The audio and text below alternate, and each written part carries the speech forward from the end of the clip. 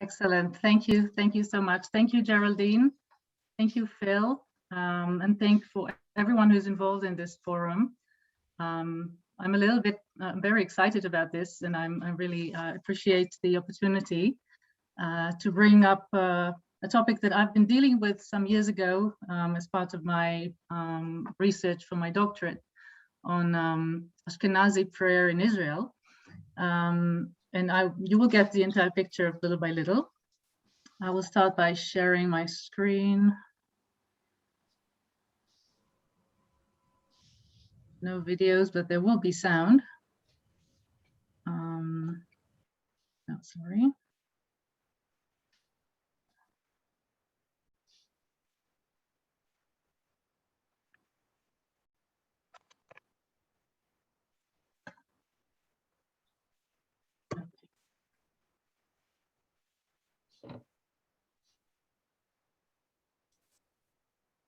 There we are. Can you see? Yes. Okay, excellent. This is Hazzan and composer Zalman Pollak. I will be talking about him. He was born in what was then Yugoslavia in 1901, and he passed away in Jerusalem in 1985. So you get a scope of where we are. Some of you may have never heard the name, but it is very probable that Baalei Tfilah or Chazanim that you heard in your life have learned with Hazzan Pollak. Some names that I encountered, there were some names mentioned to me even just today as reaction to the publicity of this event. But I can mention Yaakov Reichman, Benjamin Muller, who is thankfully with us, Shmuel Barzilai in Basel, a Chazan named Yosef Elephant, if anyone knows anything about him in America, Asher Heinovitz, Eliyahu Eliash, and the list is rather long and surprising how many people have learned with Zalman Pollak. Some of you may be familiar with this publication by Benjamin Glickman, published in 1989. This was an initiative of Pollak's widow. You see, 89, that's 4 years after Pollak passed away. His widow, Margalit, wanted to fulfill his dream to publish the prayer tunes and formula that he so painstakingly collected and recorded and transcribed. And this volume is just a very little bit of what he did, edited by Hazzan Glickman from the manuscripts. It's only Nusach Shabbat, but we have the entire liturgical year from Hazzan Pollak. I had the privilege of growing on Hazzan Pollak's Nusach without even knowing his name or that he ever existed. The synagogue I grew up in, Oel Nechama in Jerusalem, was blessed with, for many years, with the presence and musical authority of Hazzan Moshe Nordheim. I hope he's with us here this evening. I didn't see him. If you are, then hello. Moshe Nordheim came from Amsterdam, and I was honored to have interviewed him as part of my research on Beit HaKnesset Oel Nechama, and talk very thoroughly about his Chazanut and who he learned with, who were his teachers. Among them were Vittorio Weinberg, the opera singer, Shlomo Zalman Rivlin, who many of you know of, and of course Zalman Pollak. And thanks to Hazzan Nordheim, the library, the National Library, holds today the entire Nusach of Pollak as he recorded himself back in the 60s on reels, on magnetic reels, as you will soon hear. So thank you, Moshe, if you are here, for the wonderful collaboration along the years and for carrying Pollak's musical heritage. During my research, I was thrilled and amazed to learn that a very odd coincidence, or providence, if you wish, worked out that several boxes with manuscripts and files were found in a Jerusalem street and brought to the National Library by two men who found them and thought they were of importance. These boxes contained Pollak's work archive, manuscripts, music manuscripts, newspaper clippings, forms, and lists, all related to his effort to preserve, teach, and publish this oral tradition. I want to thank Dr. Gila Flam, head of the Music Department and Sound Archive in the National Library, for entrusting the preliminary sorting of this archive in my hands when I was a doctoral student some years ago, and for enabling me to continue its cataloging today as a staff member of the library.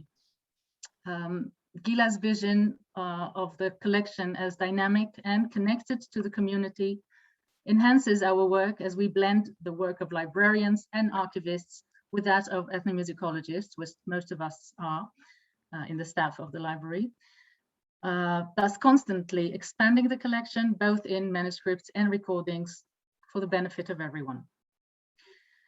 I'd like to thank Hazzan Binyamin Muller, who is joining us this evening from Antwerpen after a very, very short notice.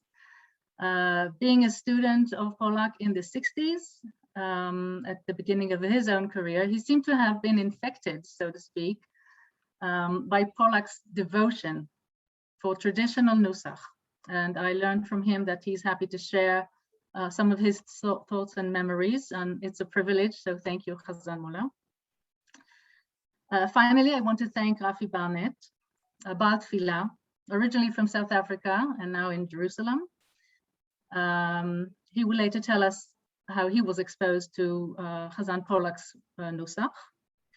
We met in a rather unexpected circumstances after I heard a friend of his, Gabi Lindenberg, who is here, in a certain synagogue in Jerusalem, davening Musaf for Shabbat, and something in his prayer made me suspect that he must know something about Pollak. And it turned out that he did. He was actually a student of Pollak, and he then, they both, Rafi and Gabi, sing together in the Ramatime men's choir, right? So we all got together and discussed Pollak, and here we are today, hoping to have Pollak better known and perhaps advance the publication of his collection. Let's look at some general points.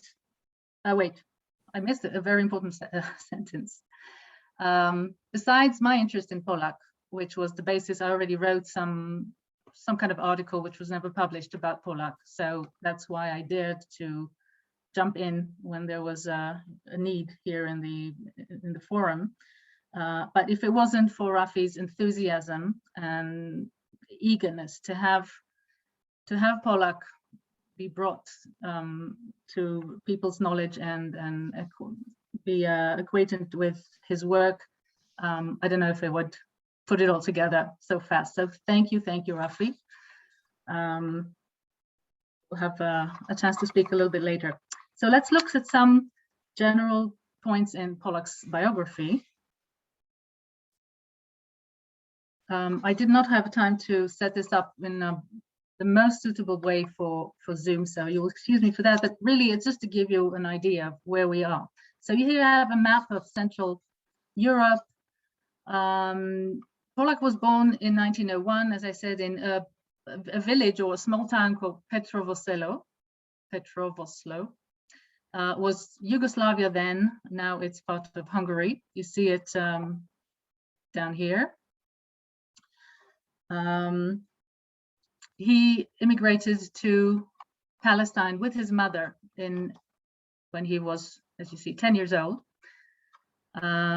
No, that doesn't make sense. It's not 11, it's 19. He was 19. And then he apparently was already Baal Tfilah, maybe not yet so much a Hazzan, but he did perform in Jerusalem. And after he was injured in riots in Jerusalem in 1920, he led Thanksgiving prayer at the Rabbi Yehuda Chassid Churva synagogue in the Old City. And apparently he made impression. You will see later why I say that. People remembered him when eventually he left and then returned to Palestine. In 1921, he was invited to serve as a cantor in the synagogue in Rishon LeZion. And in 1922, he returned Yugoslavia, probably to his father. And it may be, we don't know, there's still research to be done here, but this will give you at least an idea. Maybe it was his injury that needed more of a rehabilitation.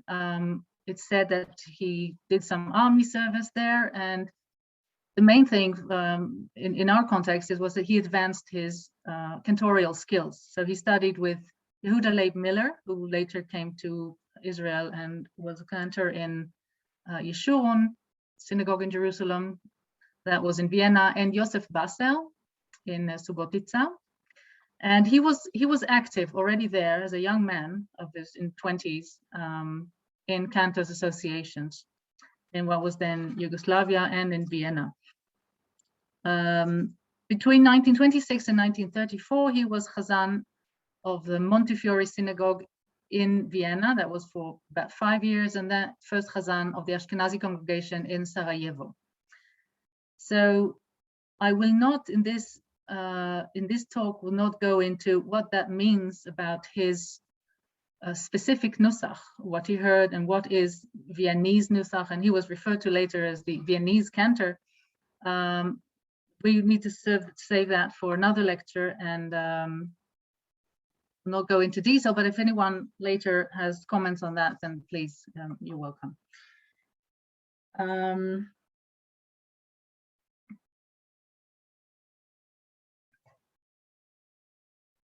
From 1934, in 1934, in December, Pollak returned to Palestine after he was an accomplished Hazzan. And he was welcomed in the newspapers. He was announced as coming back, and we'll show you this ad in a minute. And since then, for about 13 years, he was active all over Israel, over the Yishuv at the time, right before the establishment of the state. He appeared in many, many synagogues all over the country, in Jerusalem, in Tel Aviv, in Petah Tikva, and on and on. He was involved in the establishment of the Israel Cantors Organization, in which he remained active. And in 1948, he married Margalit Agassi.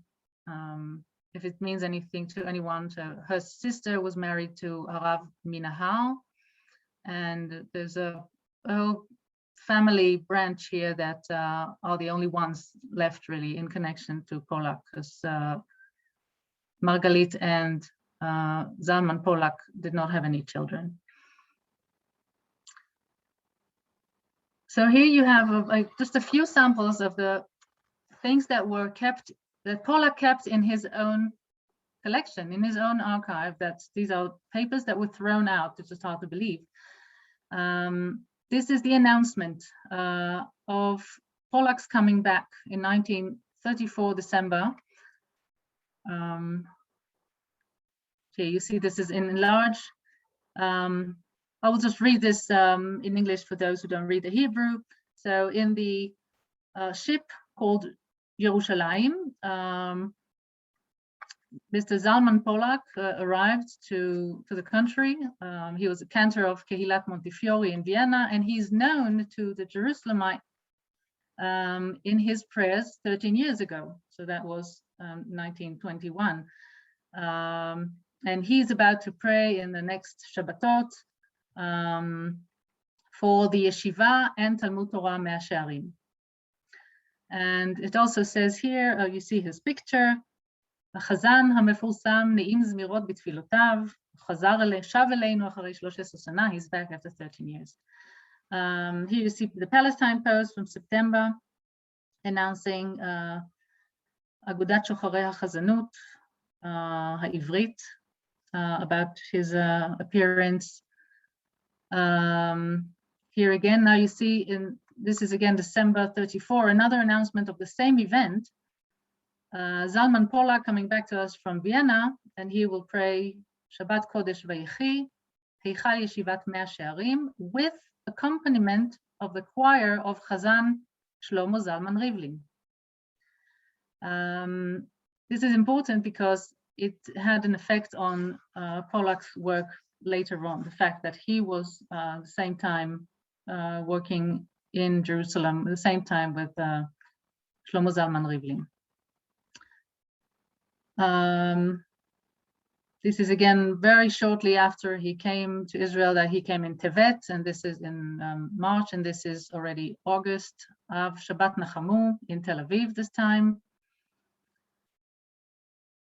1939, it says here that Vad Bet HaKnesset Mechalat Yitzchak in Tel Aviv, they managed to get as a regular Hazzan, the famous Hazzan Zalman Pollak, who was many years Hazzan in Sarajevo, etc., etc.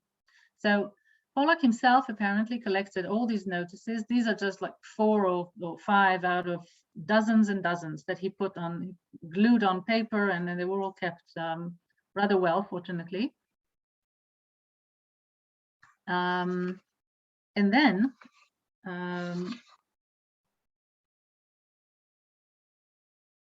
so this period between 1934, when he came back, and 1948 is rather well documented, at least in this format of the newspaper clippings, and yet we haven't found any recordings of Pollak, the Hazzan, the cantor. But I haven't heard of anyone who actually remembers him performing with full voice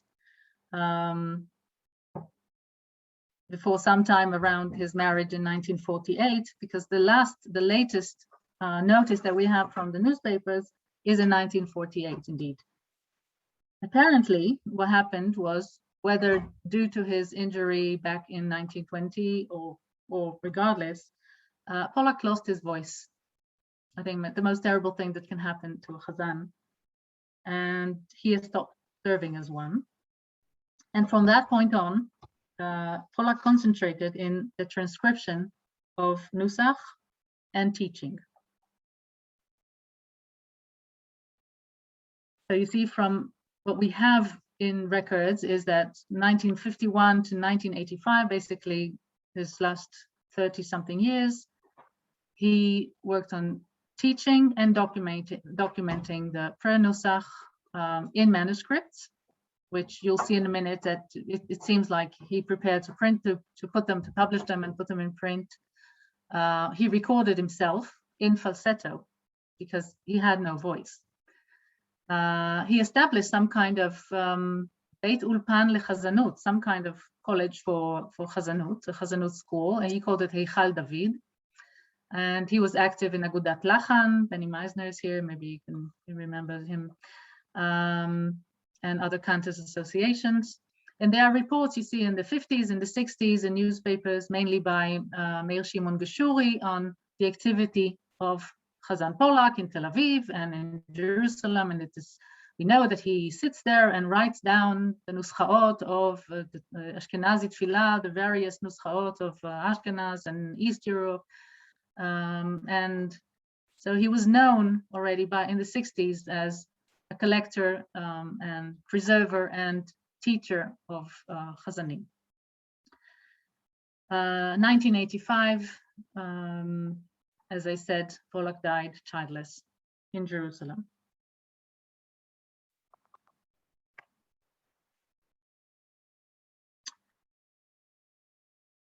We know of Pollak's attempts and his efforts to teach. Again, I apologize for those of you who do not read Hebrew, but so these are forms that were found among his papers.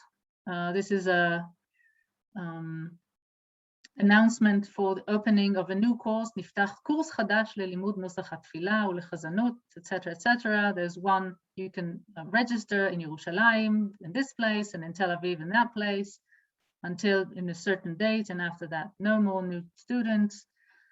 Here it's the official form, Beit Ulpan lechazanut Heichal David, Yerushalayim, Tel Aviv. So he apparently taught in both places, and this is a kind of agreement between the new student and Hazzan Pollak. I will learn with him either this or that, Filat Shabbat, Yamim Noraim, etc. And so you see, there's an effort here to create a framework, because Pollak was not really affiliated with any institute. Actually, at his time, there were already some Beit Sefer Lechazanut, but Pollak was a kind of one-man show. Whether he wanted that voluntarily or not, I don't know. But he he did everything he could to build his reputation as a teacher. And this is a letter that he wrote to the synagogue committees, Va'adei Bet HaKnesset. I want you to know that for 8 years, that's in 1962, already for 8 years, I have this Ulpan L'Chazanut, it's called Eichal David, and I train Chazanim, and they know excellent Torat HaChazanut HaMe'uleh VeHaMuvchar, excellent prayer, and I want to improve the level of tefillah and keep Lishmor al Hatam Hatov, keep, how would you say that? I don't know, good taste in the tefillah. And me'ot talmidim, he says, hundreds of students were trained by me and then became chazanim, very famous chazanim in the country and abroad. And at the end, I thought that was very nice to see. He puts, there's a list of, there are 3 levels of chazanim. There's chazan misug aleph, and this is the price you should pay for a chazan misug aleph, ben 1,000 ל-1,500 lirot, 1,000 to 1,500 liras, and then there's a chazan second level between 600 and 800 liras, and then the first level, if he has experience, you should pay 2,000 liras. So these are some documents that you can find in the collection, and we assume that Pollak intended to publish or somehow put together a kind of machzor sidur for the entire liturgical year, because you can see he put all his manuscripts were in folders, and you see I call this font Pollak because he has this very special font in Hebrew. You can see very well, these are all square letters all over, and you'll see in a minute some scores. And everything is very well organized. A Yeke from Hungary, what can you expect? Very well thought through. So what did he write? He wrote down several versions of the same prayer. For example, you see here, Avot, Nusach Hungaria. Hungary for Hungarian version for Avot for Yamim Noraim. As Chazarat Hashatz. I will not sing this time because I want to have enough time to hear Pollak himself. So I just want you to see here in the corner, in the left top corner, Nusach Hungaria, and then a page after that, you see the same piece of prayer, but here, Nusach Mizrach Europa. Avot Nusach Mizrach Europa, and that's of course a different version. And you see the oyoyoy all written down below the notes. So everything is considered. There's nothing too free for improvisation. Every note is written down. In this slide, you see Kaddish for Ne'ilah, and this is interesting because he puts here Nusach Mekori versus Nusach Mekubal beIsrael. So I don't know if that was intentional, but he could, considering his experience, he differentiated between what was there in Europe, that was the Nusach HaMekori in Ashkenaz, and then there's Nusach Mekubal b'Israel, whether it from Eastern Europe or it was somehow formed or formatted here in Israel. I don't know, but he was also aware of what's going on around him. And that's important because he trained Chazanim to be Balei Tefillah in his time. There are many versions that you see Nusach Sfarad, Nusach Sefard, what is called Hasidim, next to Nusach Ashkenaz. So he thought of pretty much all possible, all the possibilities for the Tefillah. Obviously, he could write notes, as you can see, but sometimes the notes were not exact and sometimes had no tempo or even here you see, for example, V'tachtoch kitzva from Unetanet Tokef. So we have here betachtor kitzva lechol beriotecha lechol beriotecha. We can assume what the rhythm here should be, but we don't know if we have only the score. Now here is where the National Library's comprehensive collection comes in handy. The recordings, as I mentioned to you, the recordings that Pollak made of himself, and we received thanks to Moshe Nordheim, who was a student. He made them on reels in his falsetto voice, 13 hours. To a large extent, these recordings correspond with these manuscripts, and so they complete each other. Let's see if you can hear just this piece, Betachtor Kitzva, which is some kind of tune within the nusach, the ongoing nusach of the Hazzan in Untanet Tokef, that first part.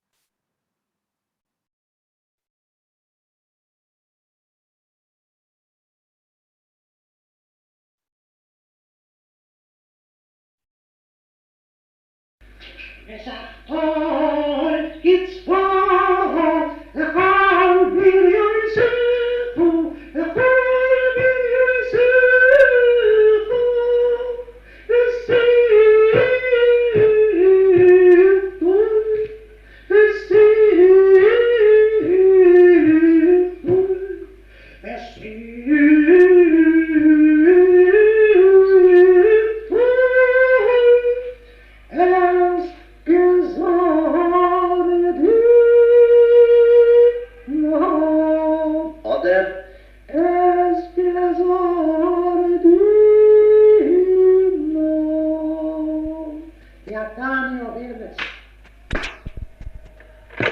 אני מתחיל בראש השור שירה בציבור.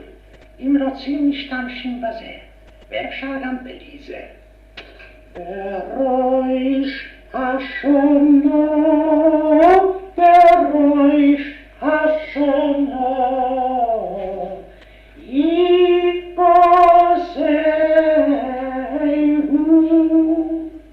וביום זוין כיפור, וביום זוין כיפור,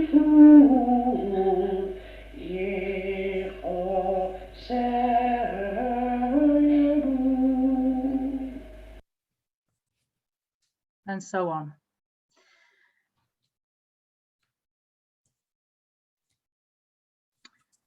All the recordings, you could hear here the broken voice that Pollak had, all his recordings are narrated with instructions. You heard the order, yes, this or that, introductions, and also copyright notes. We know, unfortunately, that Pollak did not make a fortune, to say the least, from his recordings or from his work, and he was very he was worried about his copyright, and every recording begins with this announcement.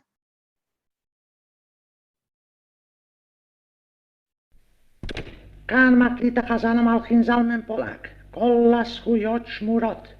לכו נרננו עד השם, נריע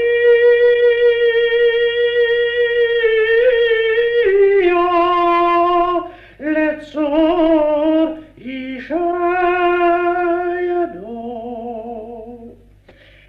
40 שנה עקוד בדור,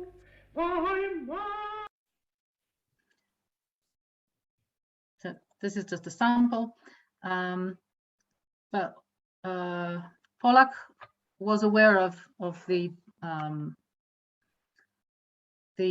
special quality of his voice, and besides recording himself and distributing copies of his recordings, he also recorded his students, and this is something I think unprecedented. I'll be happy to learn from others if you know any other Chazanim who did that. At this point, I can say we have a rather large collection of recordings that were around when I started asking, and there were students of Pollak who were recorded under his very close supervision. You see here a list of recordings for Hazzan Dan Gerlitz. We'll hear him in a minute. And he asked his students to record themselves, or he would introduce the prayer and then they would sing. And let's hear is one small recording of a piece, a beginning of a piece by Pollak himself, because some were traditional nuschaot and some were his own compositions. He calls himself Hazzan Amalchin, the Hazzan and composer Zalman Pollak. So here is Gabi Lindenberg recorded with Pollak. It's called Ribono Shel Olam for Hotzaat Sefer Torah in Yamim Noraim.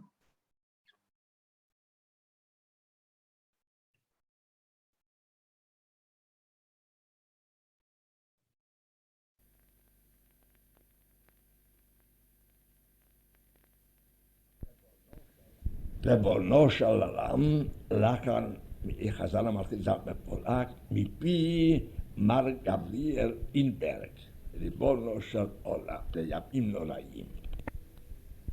ריבונו של עולם, ריבונו של עולם, מלא מלא מלא משאלות ליבנו לטובה, והפק רצוננו, ותן שאלתנו, והפק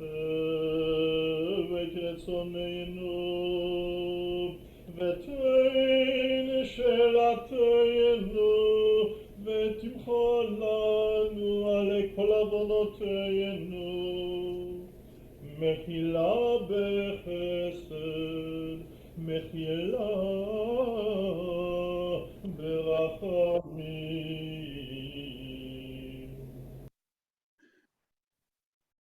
We were fortunate to get recordings in which it is possible to see very closely how Pollak's craftsmanship, if you can say that, of forming nusach from Rafi and Gabi. I received recordings, and this is a recording by Hazzan Braverman, repeating Pollak word after word. This is Shacharit for Shabbat. Please see how he builds the nusach step by step.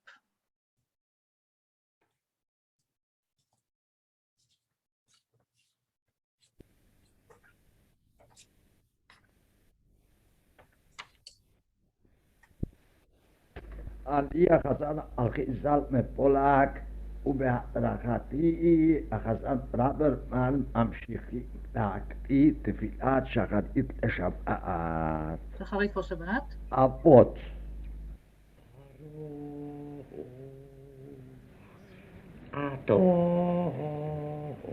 אדוני שם, ברוך אתה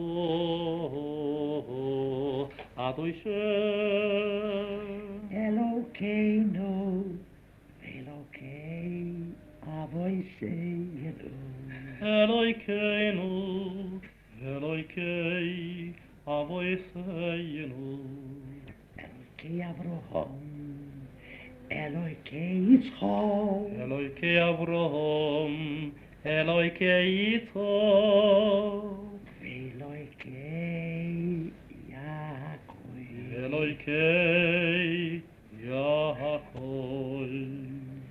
אוקיי, הגדול, הגיבור, והנורא, הגדול, הגיבור, והנורא, כילל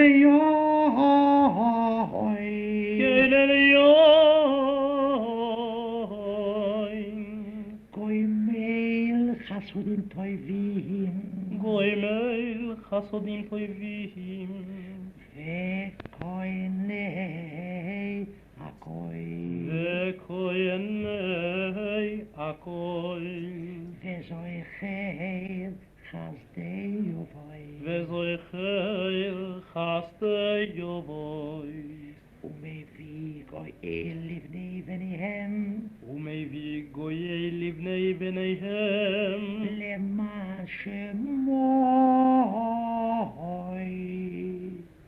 למען שמוי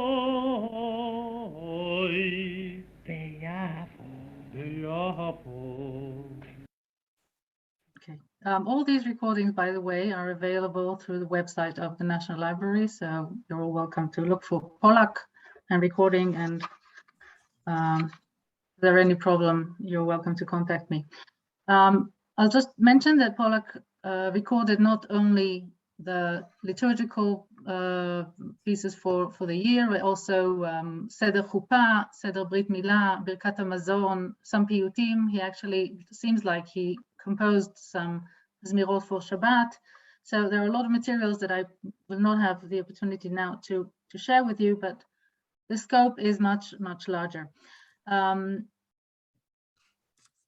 of the things that are very special about Pollak's collection is, besides the various versions from Ashkenaz, East Ashkenaz, Sephard, etc., he also brought side by side simple and cantorial versions of the same tefillah. So the same piece, whether it was traditional or his own composition, because he was so well organized and such a teacher who he knew his nusach very well. He knew what version and which is which. It looks like from the recordings of his students, you see that everyone who learned with him have a lot in common. They kept his music very close. So I am almost done with my presentation. I would like us to listen to a few minutes of Hineni Hani Mas, which is a composition by Pollak, and I had the opportunity of listening to it together with someone who was his student, and you could see that it arouses right away. The nusach is very well learned. This is also the version that I grew up with, so if I ever, not that that should happen, but if I ever need to be blat musaf anywhere, so I have Hineni Ani Mas ready from Hazzan Pollak. So I will play a few minutes of that, and then I will ask you, Hazzan Muller, to say a few words about your experience studying with Pollak.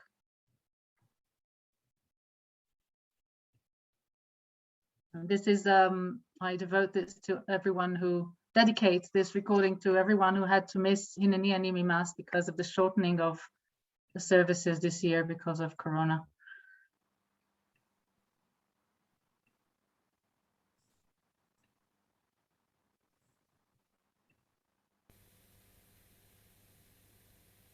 This is Dan Gerlitz from, and this is the... כאן מקליט החזן דון גרליץ בהתחלתו של החזן המלכי זלמן פולק, תפילת מוסף ראש השנה.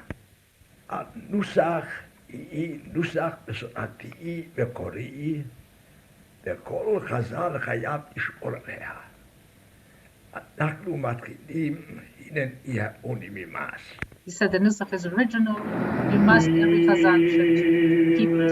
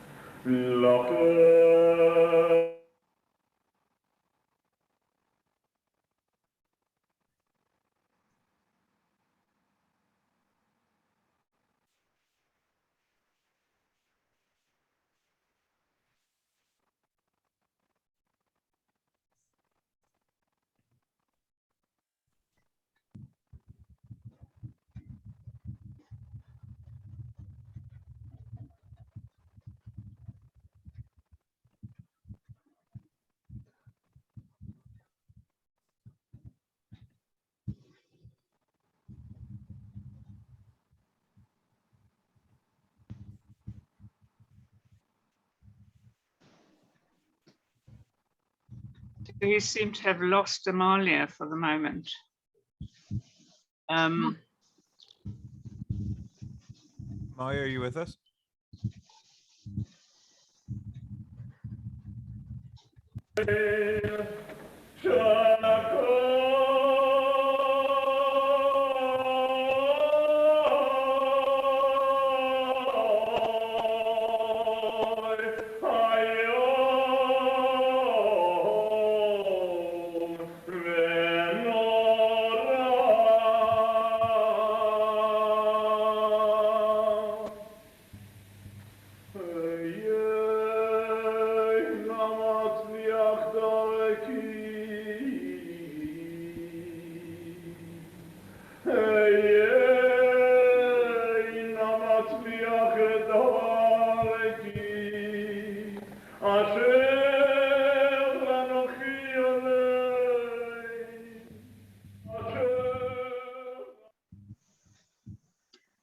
Okay, I apologize if somebody lost me on the way. I stopped the share. I didn't realize it stops the music as well.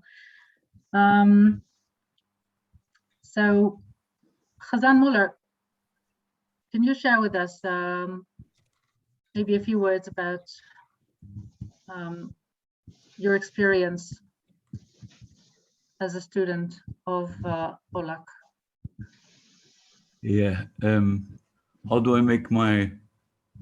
Okay, you make it big on the screen. Here. Share your screen. Okay.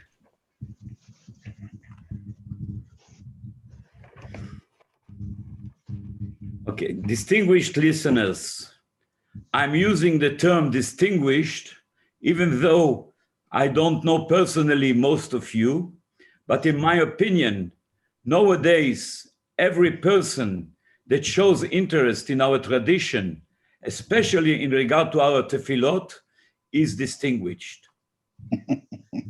After hearing the brilliant presentation of Dr. Amalia Kedem, you are all aware of the wonderful beauty of Zalman Pollak's Nusach, which is really unique. I can't remember somebody that has this kind of purity of Nusach, and at the same time the elegance and a melody that everybody can appreciate, because actually a Hazzan doesn't pray only for the Mevinim, those who understand, who are very, very knowledgeable. Every person that needs to be inspired by the tefillot, and really this was Zalman Pollak. His Nusach was so beautiful and so inspiring, not only for the people, the Mispalalim, the people who came to pray, but for the Hazzan himself, that for me, as a Hazzan, I drew from it a big benefit, that because, you know, a Hazzan that davens every Shabbos or every second or third Shabbos, so not important, but he's on a position for many years. He has to renew himself every week, every time, because if not, people get, you know, it's not interesting anymore. Cannot sing the same thing exactly. But Zalman Pollak, alav shalom, his Nusach is so inspiring that when I feel words that are inspiring me, especially in you know, different times, I always find, based on his Nusach, new ideas which doesn't go away from his Nusach, just on the opposite. It's enhancing it and it's showing it its beauty. But when trying to describe my venerable teacher, Reb Zalman Pollak, alav shalom, it is nearly impossible to do so without first outlining a description of the concept of Nusach HaTfilah, and of its vital and fundamental importance in keeping the shining torch of our heritage alight. In knowledgeable circles, the Nusach is tagged as being Misinai, meaning from the time of Kabbalat Torah, when we received the Torah on the Mount Sinai. In my opinion, this does not mean that the melodies of the Nusach were actually given on the Mount Sinai with the Torah, but rather that the Nusach HaTfilah symbolizes our tradition of Yor, which was created, this tradition was actually created on the Mount Sinai. The Shoah has not only killed our people physically, but spiritually as well. Before the Shoah, the Nusach HaTfilah, with very little variations, like we saw in Zalman Pollak's different versions, like Hungarian, but the basis was the same all over, even countries which were distant with many, many miles from one another, they have the same Nusach. As somebody comes and visits a new place, he's immediately at home in the synagogue because he hears the Nusach that he knew from before.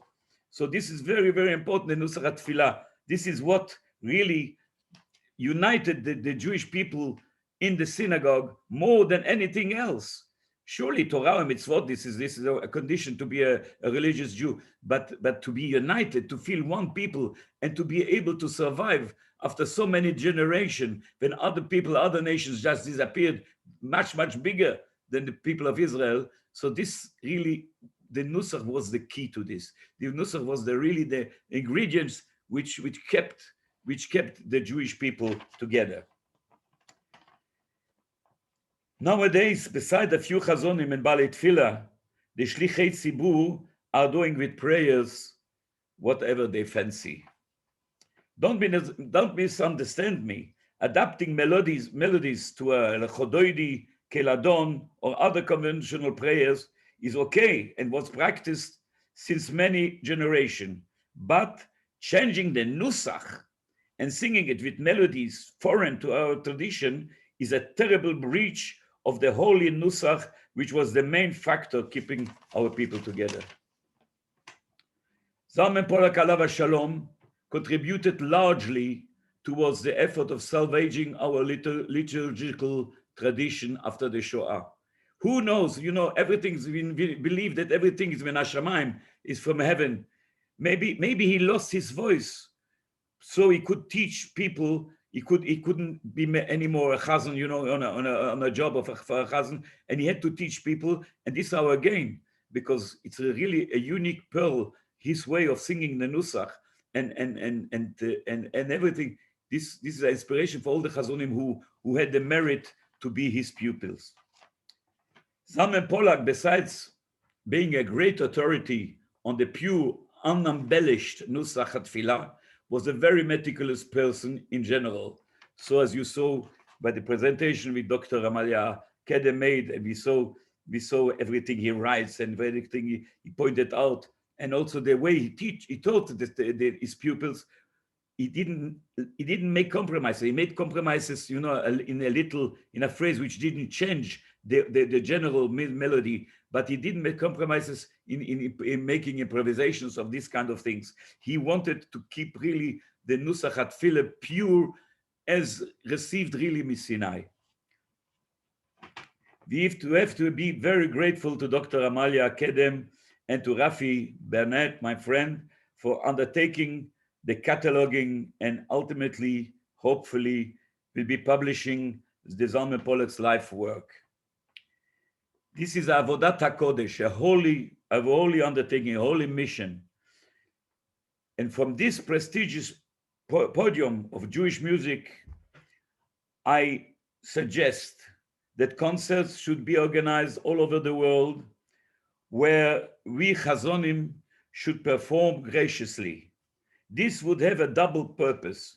It would make people aware of Zalman Pollak's work, and the revenues should contribute to the costs of editing and publishing of this vital aspect of Nusach HaTfilah, which maybe thanks to this, it's going to be reviving in the future generations.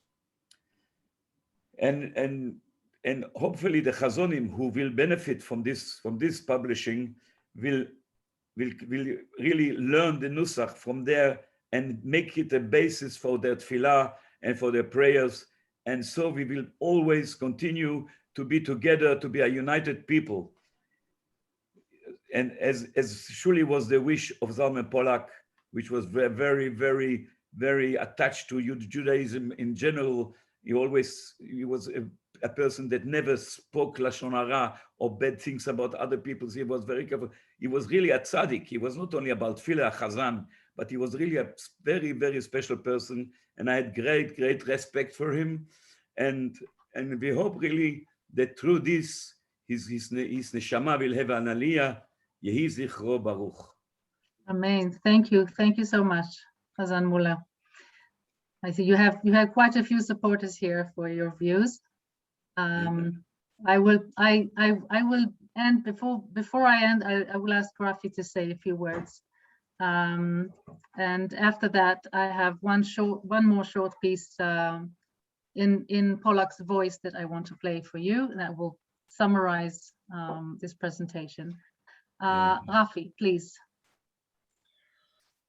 Amalia, Hazzan, Binyamin Mullah, and friends. It was really wonderful to hear the Hineni Hani, which I do also on Rosh Hashanah and Yom Kippur, and to hear it again from somebody else was really, really special. My name's Rafi Barnett, and I come from a traditional Orthodox family from Johannesburg. My family was not religious, and at the time I had no formal Jewish education apart from Hebrew school. I'm not a Hazzan, and as you'll hear as we go along. When I was 8 years old, I perchance bumped into Reb Abraham Mordechai Himmelstein, who on the spot asked me if I could sing. Well, I never thought of that. I sang some notes for him, and he promptly invited me to join his shul choir in the Yovel Shul in Johannesburg. While growing up on Himmelstein's knees, as if to say in the choir, Yosef Malavani then arrived in Johannesburg, and to be the first cantor in the Yovel synagogue. I too spent many hours with him in the choir, up till and including my bar mitzvah. Himmelstein then left for the great synagogue in Johannesburg, and Yosef Malavani then left for London. During those years, I had the zchut, the merit of singing with Hazzan Badash, Malavani, Deutsch, Hazzan Reich, and others through the Yovel choir. In 1974, I was appointed by the Santon Jewish community, the youth director of this large up-and-coming shul in Johannesburg. And then I used to daven on Shabbat, the little bit that I knew from my years in the choir, because I had no formal training. After a few months, the Rabbi Sushad, said to me, the community likes you, and you sing nicely. We want you to be the cantor, the Baal Tfilah for the high holidays. So immediately I said, I've never done it, and I don't know how to do it. Rabbi Sushad promptly took me to then cantor Binyamin Mullah, who was in Johannesburg, who gave me the tapes of somebody with a crackly voice, who later I got to know was Zalman Pollak, producing all the davening for Rosh Hashanah and Yom Kippur. I listened intently day and night to the recordings, combining what I'd learned and sung in the choir with what I then came to know and begin to understand was what's called Nusach. Over the years, when I came to refining my davening, Zalman Pollak was my guide and mentor, not knowing who he was and where he lived. Through his davening and recordings, I've had the zchut and the merit to learn what it is to daven. I mean, to be a Baal Tfilah, to be a person of the prayer, the art of prayer, and the very most important aspect of Nusach. Pollak had special ways of explaining or accentuating words. He was very meticulous about words, the phrases, the psukim, the sentences, and tefillot, with nuances based on the different forms of Nusach, Eastern, Western Europe, Hungary, or Hasidic. In fact, as Amalia played, the beginning of every recording, he says, Khan, Ani, Hazzan, Zalman Pollak, whatever from him. But on a few of his recordings, he actually has a blessing for the Hazzan and the Baal Tfilah, that the Tfilah that he's going to be presenting and singing is a Tfilah, it's not an opera, and that it's got to be meaningful, and it's got to be special, and he's got to connect to the people in the shul through the Nusach. People ask me very often how and where I learned to daven and with Nusach. When I mentioned Zalman Pollak, they were none the wiser, but yes, they were moved by what I tried to capture from his style and the Nusach and tunes that he brought through the tapes that I had. A few years ago, when I decided that I wanted to commemorate, I wanted to honor Zalman Pollak for what he gave me to be able to daven, by chance, I found a niece of his here in Jerusalem, and I told her that together with Amalia Kedem and the National Library, we're collecting all Pollak's personal recordings, for which we now, or Amalia and the library now have all, as Amalia said, from during the week Rosh Chodesh, the 3 festivals, Sheva Brachas, Yamim Noraim, the high holidays, etc. And we're looking towards putting out a collection of all his nusach, commemorating the wonderful work he did for Chazanim and Balei Tfilah, and then this would be available for all those people who are interested. I thank you all, especially I'm indebted to Zalman Pollak for what he gave me in my life, to Binyamin Muller for introducing me to Zalman Pollak, and of course, to my friend and colleague Amalia Kedem for her efforts and work in sustaining the memory of Zalman Pollak and Nusa. Thank you, Rafi. I'd like to stress again that it would not have happened, this event would not have happened without your encouragement and enthusiasm. So thank you so much. I'd like to finish, I think we are perfectly on time. And I'd like to finish with a few words. As you mentioned, Hazzan Pollak inserted in his recordings all kinds of text where he turned to his student and asking him to do things this way or that way. And there's a wonderful 2 minutes, 1.5 minutes appeal that I found also in writing and appears in the end of one of the reels of Yamim Noraim. And I'd like to share the screen again and show you the text where he asks the students to consider the nuschaot that he recorded as sacred and maintain them and keep them forever. And that will hopefully make our service accepted by Hashem. So I will be finishing with that, and I'd like to thank all of you for your attention and for all the organizers and all the participants. That was a real privilege. So here is Pollak one more time. Can you see the text? This time without translation, and whoever does need, please contact me later.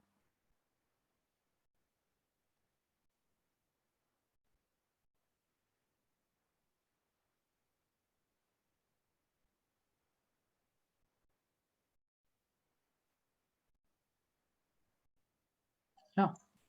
Amazing. בזה לכל תלמידיי היקרים, הנני פונה בזה לכל תלמידיי היקרים, ולכל חזן באשר הוא שם, ללמוד היטב ולשנן בלבכם את המנגינות הקדושות הללו שנקראות נוסחי התפילות המסורתיים, ושנתקדשו במשך כל הדורות על ידי בעלי תפילות וחזנים יראי שמיים, יראים ושלימים, זכותם תגן עלינו. הצלילים הקדושים הללו יש בכוחם לעורר את הלבבות ולקריב אותם לעבודת הבורא אלוהים. יש לדייק במנגינות של נוסחי התפילות בכדי לשמור על אופייה המסורתי של התפילה, ובזכות זה תזכו שתפילותיכם תהיינו לרצון לפני שומע התפילה ותמצאו חן בעיני אלוקים ואדם. אמן. Amen. Thank you.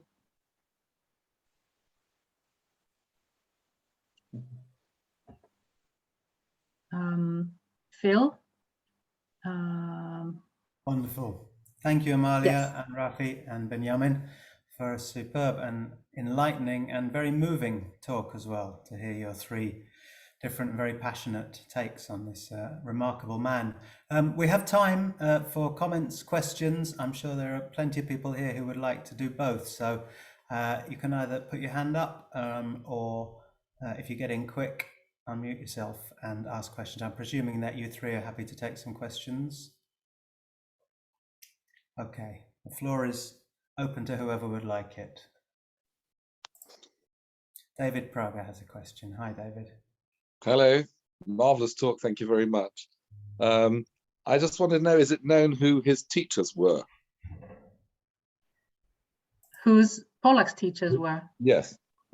So I mentioned, well, we know Yehuda Leib Miller in Vienna and Josef Basel. These are the two names that we know. But they're a bit later on in life. Was he a choir boy as a kid? Which Hazzan did he listen to? We don't know that, do we? I don't think we. I know that he came from a family of ballet tefillah. There were ballet tefillah in the family, but unfortunately, it's interesting. He's got some very different steps. I mean, I grew up with David Hass, who was a pupil of Glantz in Israel, and in Avot, Gomeil Chasudim Tovim. He goes up Gomeil, and whereas I'm used to him Gomeil Chasudim Tovim, and it makes a very big, shocking difference to me when I hear that. It's funny, but there we go. Yeah. Anyway, thank you very much. It's great. You're welcome. Rachel has a question. Hi, thank you. This was a really, really interesting way to kick off this season. So thank you for doing this. I was, like you, I was really impressed with the precision that Pollak used in writing down his nusach, and I loved listening to the recording where he's teaching the student phrase by phrase, and the student is very carefully imitating him. And this seems like a wonderful method of preserving what Pollak sings, but I'm also kind of wondering whether there was room in his style for improvisation, and how he thought about improvisation versus very precisely recorded notation.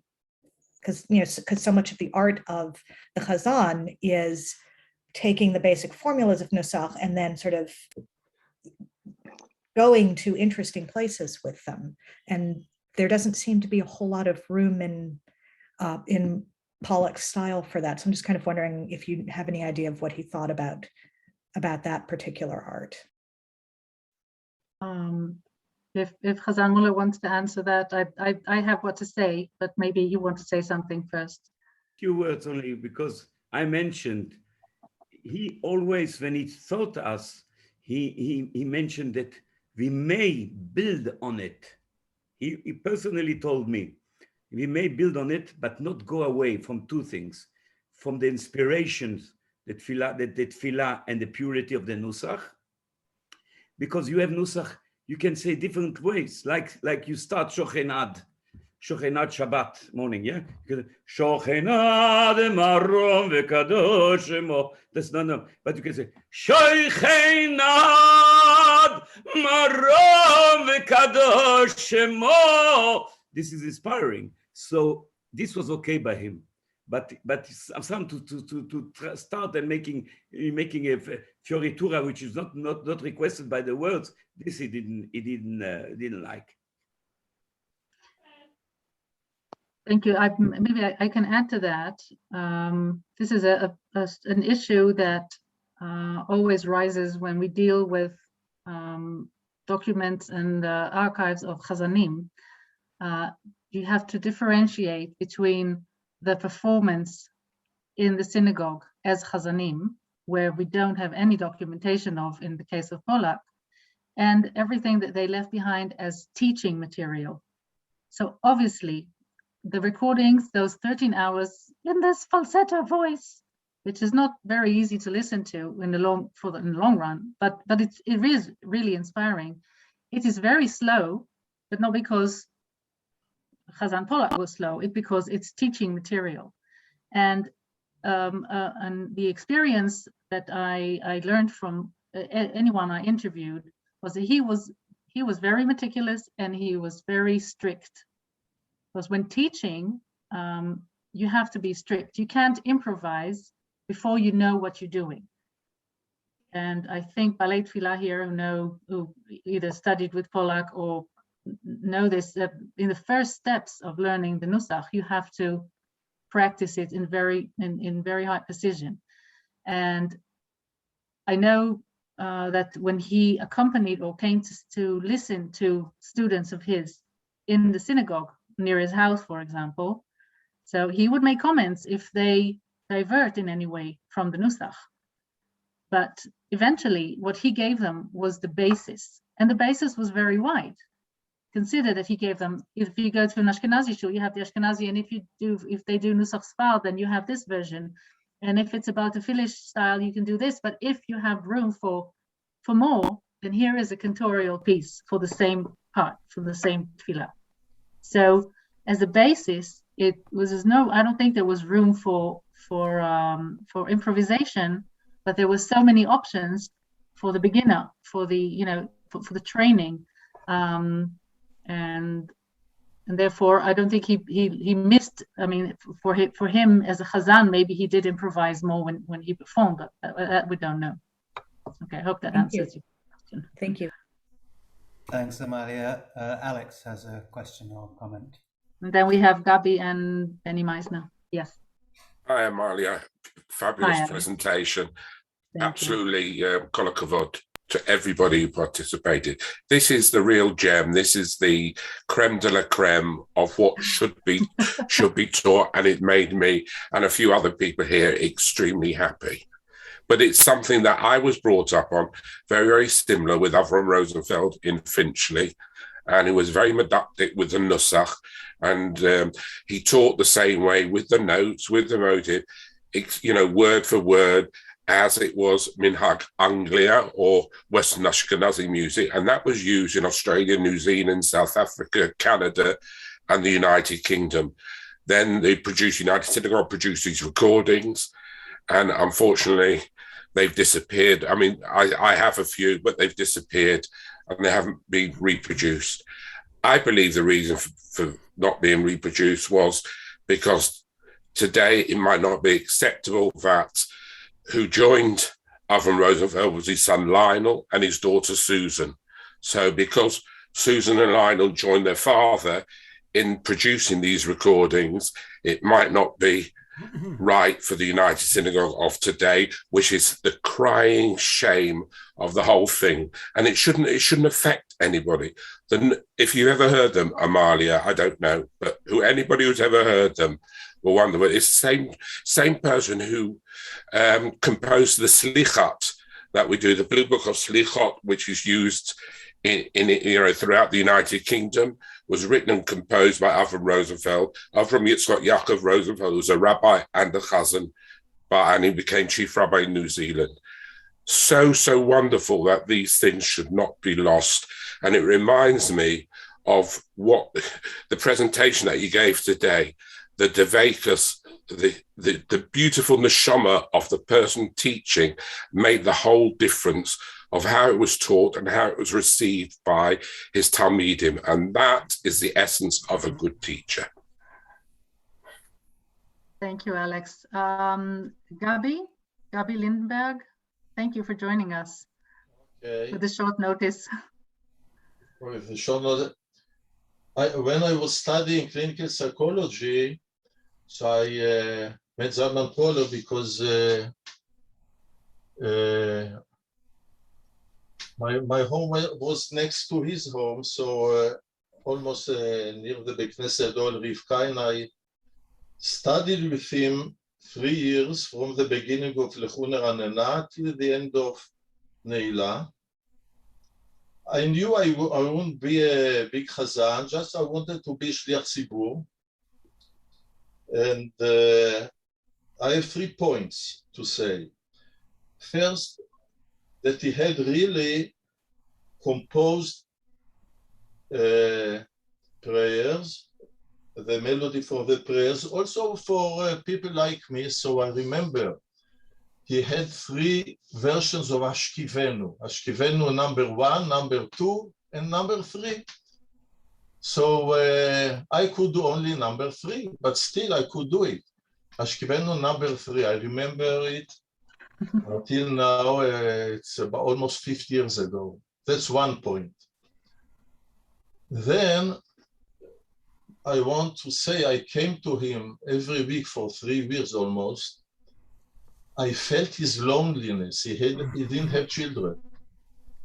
So I felt that, I think so, that his students were almost like his sons because they didn't have children.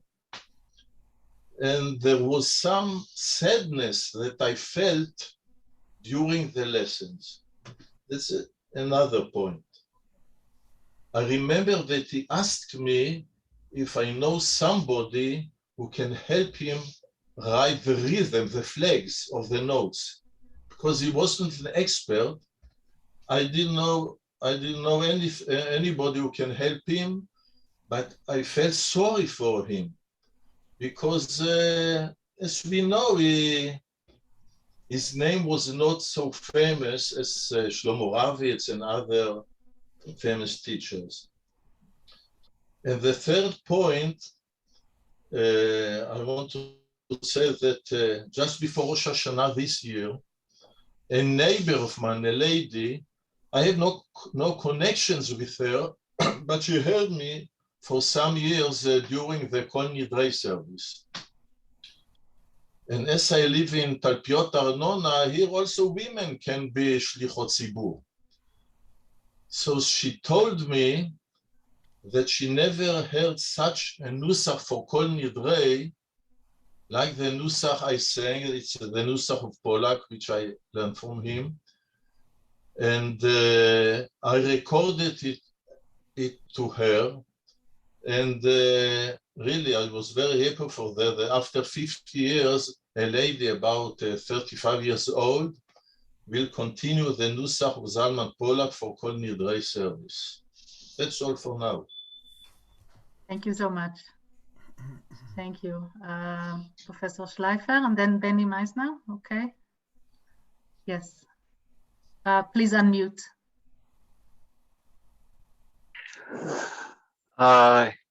Thank you, Dr. Amalia Kedem, and thanks to the students of Zalman Pollak for bringing such a beautiful presentation of his work. And through this presentation, we can start to appreciate the magnitude of his oeuvre, of his work, and his influence on students. At the time, indeed, he was not as famous as other teachers, but people knew about him and went to study with him. And I want to mention that at that time, there were a few teachers in Jerusalem, in Tel Aviv. Ravitz was mentioned already, and Zalman Rivlin was mentioned. And there was a little bit of rivalry amongst them, that if you went to one teacher, you were not to go to another teacher unless you did it clandestinely and without others knowing about that.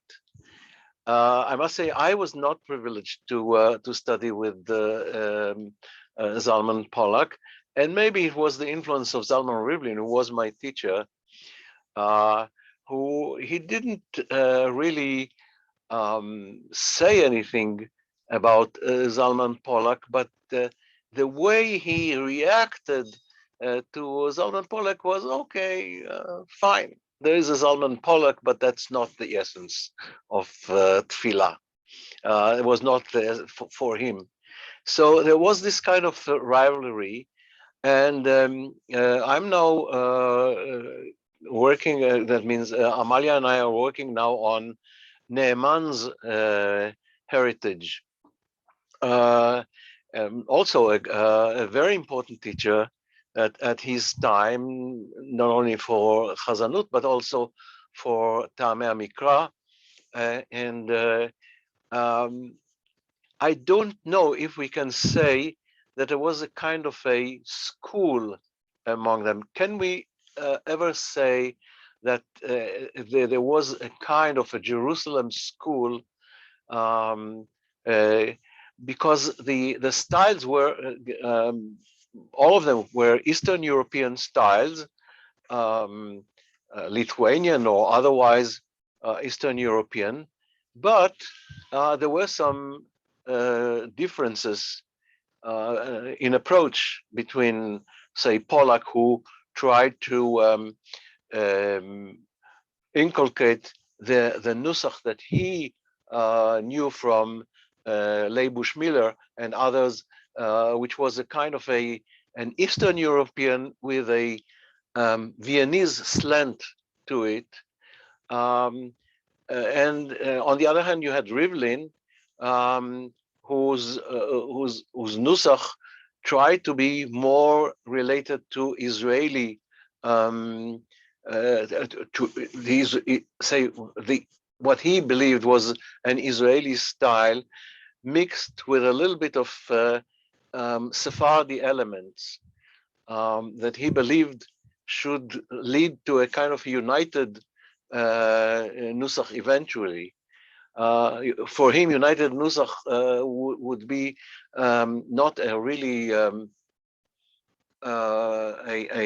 an equal participation of Sephardi and Ashkenazi, but Ashkenazi nusach with some Sephardi ingredients into it. So within all this framework, Pollak was really unique, and he was the most European among these teachers. Ravitz and Rivlin and Neeman were less obligated to this kind of Eastern European with a Central European flavor of Vienna. And I was unique with him. So thank you very much again, Amalia, and all the students of Pollak for really bringing this to the fore.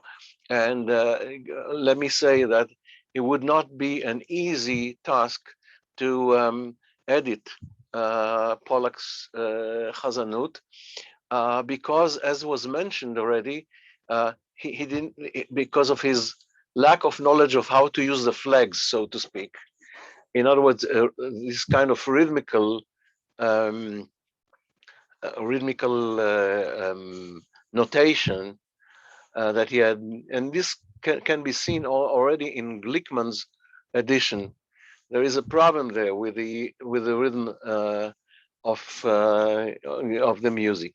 On the other hand, maybe we should not do any kind of editing, and just present him in a form which is, I said, a photocopy form with annotations, which would be much easier to handle and would certainly save lots and lots of time.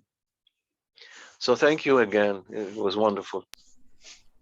Thank you so much. I hope we really managed to get these things organized and published.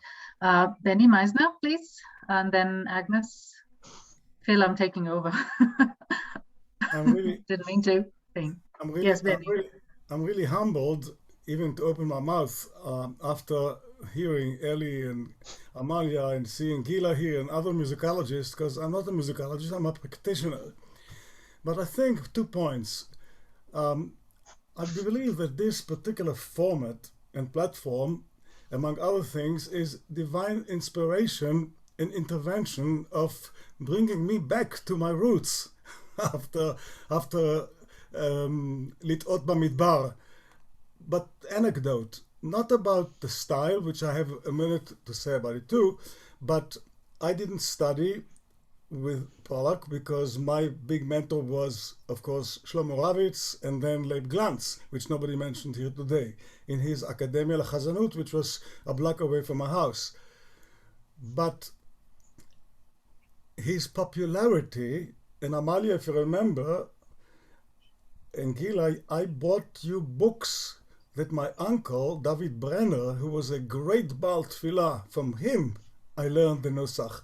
And this is the basis of my knowledge later on. I believe that he's mentioned in those decaying yellow pages also.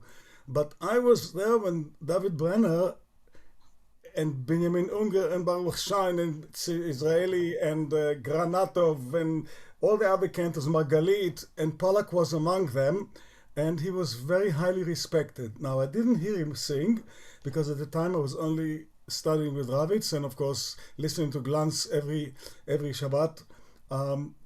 But what I heard today, and especially then Hazzan Müller pronounced, I found the simplicity and the phraseology of when he was teaching, because we never even heard here any exposition of the synagogue. But I forget who mentioned it, 3 different Hashkevenus. My uncle used to tell me, if you want not to improvise a Hashkeven, you have to study 7 different Hashkevenus to see the maneuvering of how it is, because this last year I sat and I studied back my uncle's own repertoire, because I got a traditional job for the high holidays. So I was sitting after 40 years to study Israel Alter's Nusach again for Yom Kippur, to make sure that I know how he maneuvered the Seder Avodah and so on. But I found in the samples that you, Amalia, did so incredibly scholarly, presenting different aspects of his meticulous phrasing. And I'm not so sure, because I didn't see the notes, the actual note, but even in the Hineni, the improvisation was very simple, and it was very targeted to a student, just like in Glanz's or Alters or Kachko.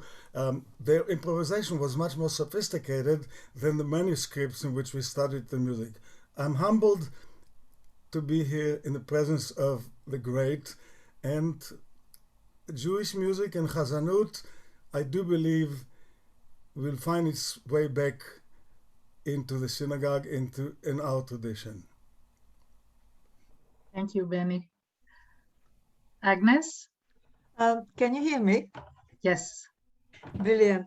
Well, just about Pollak's background or origin, Yugoslavia, that's a red herring, because Hungary was huge for hundreds and hundreds and hundreds of years. And in 1919, as a result of the Trianon Treaty, Hungary lost 2/3 of its territory. I mean, 2/3, that's a lot. So all the bits were chopped off everywhere, all around.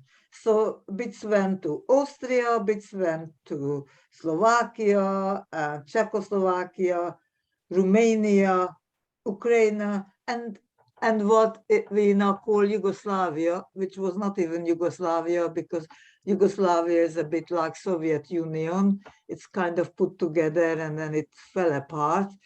And Eliyahu mentioned about Pollak that an Eastern European with sort of a center interest for Vienna.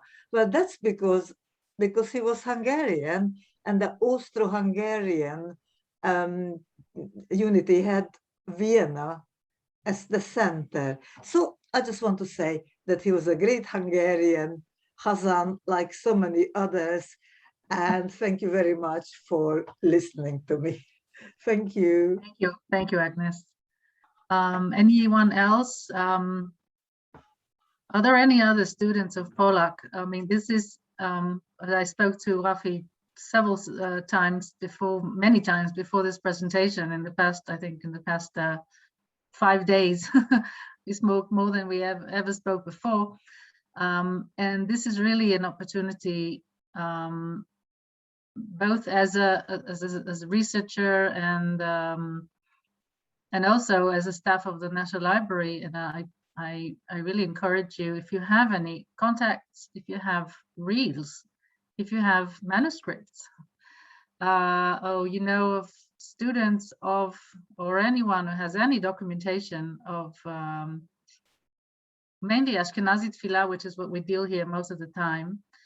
And we keep on putting together, this is like a live project that I was privileged to work with Professor Schleifer already for more than 2 decades, putting together the history of, or development of Ashkenazi Tefillah in Israel and also abroad. And I think Pollak is a wonderful example of how small Ashkenazi world is.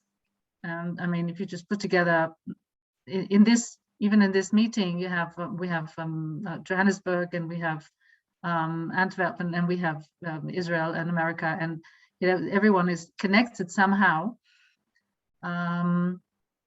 So please spread on the word, and maybe we can get some more clues and more ideas of where things came from. So this is just a general appeal. If there are any more students here or anyone else who'd like to say anything, please.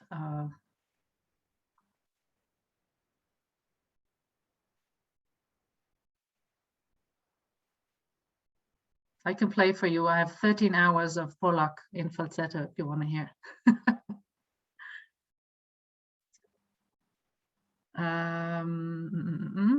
Anyone? Yes, Geraldine, please. I would just say, you know, thanks so much. And to me, Zoom is such magic, because here we are sitting, and I'm in London and you're in Jerusalem. Rafi's been in Johannesburg, even if you're not there now. You know, research can be done so much more quickly because we can interconnect. So that's just what I wanted to say. It's wonderful, and I hope that a lot of people will bring you more stuff. And what Benjamin was saying, that we should have a Pollak Day, you know, perhaps an annual Pollak Day where we do something about him, you know, bringing up different ideas and different thoughts. So thank you for bringing these wonderful people and speaking to us. Thank you. Geraldine, I'd like to, and Amalia, because of Hungary and the connection, and we're having our next convention, hopefully in Budapest, maybe Pollak will be part of the convention, and we can, you know, maybe you can join us or somebody can join us and speak about it and do some presentations, because the setting and everything else, the Rumbushal, Hungary, Budapest, the whole thing lends itself to Pollak, and I would love this to be part of our part of the theme of the next convention that we hopefully will do. Which also reminds me, Geraldine, I read somewhere, not just had a quick glance, you were offered some music, and you said 40 pages or something. I don't know what that. I just glanced at it. So could that be useful for Amalia and Ellie and a few of the others? I've suggested it to them. But Alex, maybe you could also talk about the Voice of the Cantor tomorrow at 7 o'clock. The Voice of the Cantor, which is the new series 2, because series 1 was such a wonderful success. So we're trying to develop that in a different way, and I'll be interviewing people that contributed so much to the cantor over many years and made a difference. And my first contributor is no other than Benny Meisner, who is such a good friend and so much to say. And we know him now as Benny Meisner, not the nephew of Israel Alter, as everybody else seems to know him as.